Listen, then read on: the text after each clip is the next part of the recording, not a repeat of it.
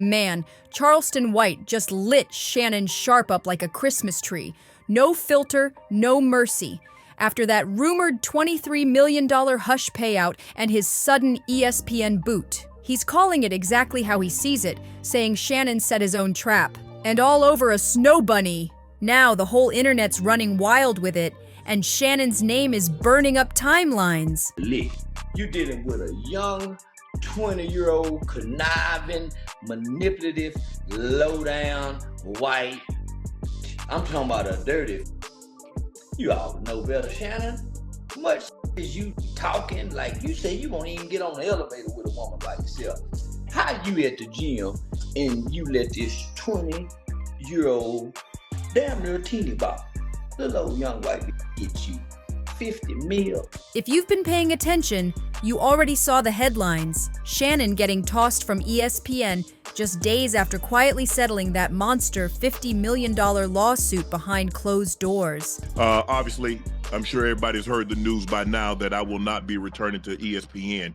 I found out this information a little earlier in the week, and really the only thing that I really ask is, like, guys, could we wait until Monday? My brother's going into the Pro Football Hall of Fame. I really wanted to be about him, and I wanted to be about my family. I know this coming out will overshadow everything that he's worked his entire life for. And unfortunately, it didn't happen that way. And please, let's not pretend we didn't smell this storm brewing. The street's been whispering for months that this Gabriela Zuniga mess was way grimier than the legal papers made it sound. You remember that case? The OnlyFans chick claiming Shannon forced himself on her, messed with her head, and even allegedly put hands on her. That's not the kind of stain you just wash off. Then, out of nowhere, she drops a phone recording of them talking. And be real, Shannon didn't exactly sound like a choir boy in that clip. He allegedly came across loud, aggressive, and with some seriously suspect energy. I don't know. Anything I say, you're just gonna get mad at, and you're just gonna hang up on me, so I feel like... I'm not gonna hang up on you. It is what it is. What does that even mean? Nothing yet. You want to be a dick to me now, so. I don't want to be. Don't manipulate me. I don't know, that mercy. If you say that one more time, I'm gonna choke the shit out of you when I see you. Well, I don't want to be choked. Yes, you do. I don't think you have a choice in the matter. And of course, Shannon sprinted to the internet with the I ain't do nothing speech, called it a straight shakedown, swore up and down everything was consensual, and tried flipping it on attorney Tony Buzbee, painting it like some long game setup on a rich black man. This is all being orchestrated by Tony Buzbee, who has targeted Jay-Z. Tony Buzbee targets black men, and I believe he's going to release a 30-second clip of tape that tries to make me look guilty and play into every stereotype you could possibly imagine. What they're getting is sued for defamation and trying to take me down. Charleston's not letting up. He's reminding everybody that Tony Buzbee has gone after Jay-Z, Diddy, and now Shannon. Shannon even swore he was gonna hit back with a countersuit for defamation. But fast forward, and what happens? Word is, Shannon allegedly cut a $23 million check just to make the whole thing vanish. And here's where it gets messier. Insiders say when the case first dropped, he tried sliding Gabriela $10 million under the table to walk away. She allegedly turned it down, telling him she had proof and receipts in her back pocket.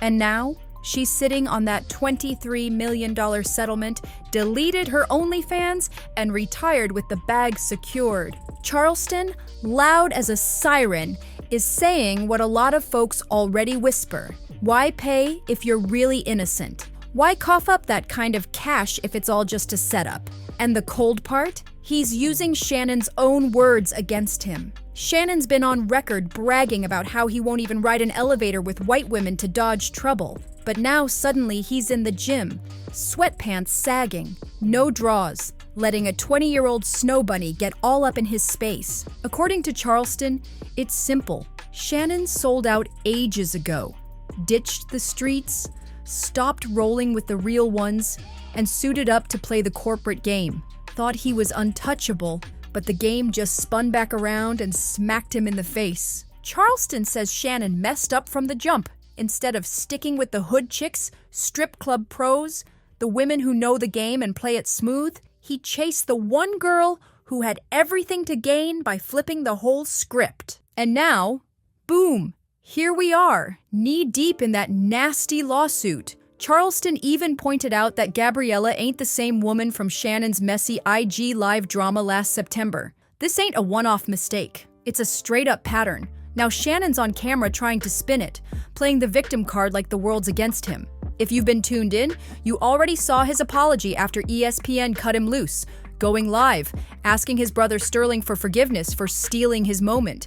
After ESPN dropped him right before Sterling's Hall of Fame induction, he even told fans he was sorry for letting them down. But Charleston, he wasn't buying a word of it, called the apology medicine after death, way too late. Said Shannon should have listened when Monique told him to leave those young girls alone, because they were just waiting for that one slip-up so they could eat him alive. Charleston even dragged out another warning Shannon ignored, the one from Cat Williams on Club Shay Shay telling him flat out, "Shaw, leave them white girls alone." But Shannon just laughed it off like it was a joke, thinking he was untouchable. Now the tables have turned and Charleston's making it crystal clear. This downfall didn't come out of nowhere. Shannon kept walking into the same traps, ignoring the OGs who were trying to save him from himself. Charleston painted the picture plain. Shannon thought he could dance with danger and keep that squeaky clean corporate image at the same time. But the second the wrong snow bunny got receipts, it was game over.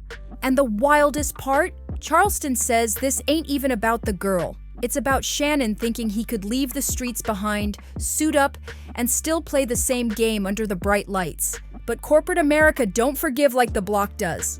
Once they smell smoke, they toss you out before the flames even hit. Cat Williams had already spelled it out on Club Shay Shay. Shaw, leave them white girls alone. But Shannon just grinned like he was bulletproof, acting like he ran the whole game. When really, Charleston says, he was nothing but the puppet on somebody else's strings. Truth is, Charleston never rocked with Shannon from the jump. He swears Shannon's had a little hate in his heart for him for years, all because Charleston speaks reckless and raw with no filter, calling out NFL dudes for what he calls being big dumb football players. He's even lit up Deion Sanders before, calling him a modern-day Bill Cosby, and accusing him of playing some perfect family-friendly TV role while ignoring what's really happening in the culture. Well, Shannon Sharpe, he really don't like me. I done call all the football players, man, big old dumb stupid ass. You know, so I done offended and insulted everybody. Yeah. But you gotta understand, homie, I done said some horrible things about Deion and the boys. You see what I'm saying? Yeah, this an alumni. Yeah, that's why. I said some horrible things about Deion is the modern day Bill Cosby and them boys is Theo Huxtable and yeah, man. Yeah. He's the modern day of that. You know, this is who we, you know, so we idolize this family. Deion is the ideal father in the black community. This is, yeah. So, and here I am attacking him in his toe in his boy. Shannon, he didn't like that one bit. Didn't like Charleston keeping it gritty and real while he kept playing the clean-cut corporate act. But Charleston, he couldn't care less. He said it loud, "If you ain't street no more, you're already gone." And now Shannon's finding out the hard way, losing more than just his ESPN gig. Word on the inside is, he might have just kissed goodbye to a $100 million media deal he was building, all over a snow bunny. And don't forget, Shannon wasn't just a sports analyst. He was a whole brand. Podcasts, endorsements, media runs, all rolling, until now. Charleston says that's the part that really stings. Shannon didn't just fumble a job, he fumbled an empire. This man had every lane wide open. TV spots, brand endorsements, podcast deal stacking, and a massive media network in the works. But instead of locking it all down, he got caught chasing temptation like a rookie in the game. According to Charleston, the worst part is Shannon actually thought he could move like the old days, dipping into risky situations while still being the polished face of corporate sports media. But the higher you climb, the smaller the margin for error, and one bad headline can blow it all to dust. Now insiders say that $100 million deal he was courting, dead in the water.